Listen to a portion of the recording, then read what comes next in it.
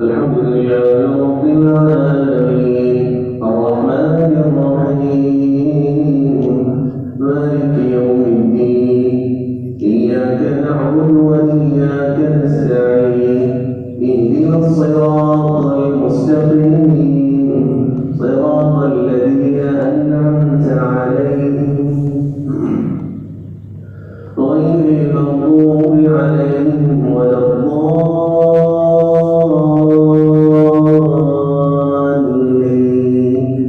يا أيها الذين آمنوا لا تلهكم أموالكم ولا أولادكم عن ذكر الله ومن يفعل ذلك فأولئك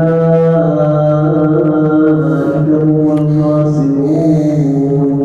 وأنفقوا مما رزقناكم من قبل أن يأتي أحدكم الموت فيقول رب لولا أخرتني إلى أجل قريب فأصدق وأكن من الصالحين ولن يؤخر الله نفسا إذا جاء أجلها والله خبير بما تعملون.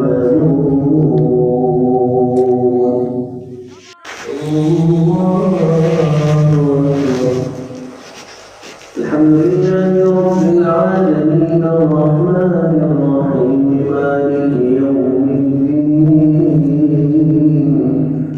إياك نعبد وإياك نستعين اهدنا الصراط المستقيم صراط الذين أنعمت عليهم غير المغضوب عليهم ولا الضالين.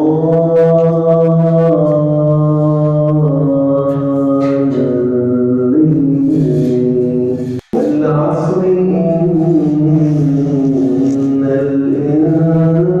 الإنسان لفي خسر إلا الذين آمنوا وعملوا الصالحات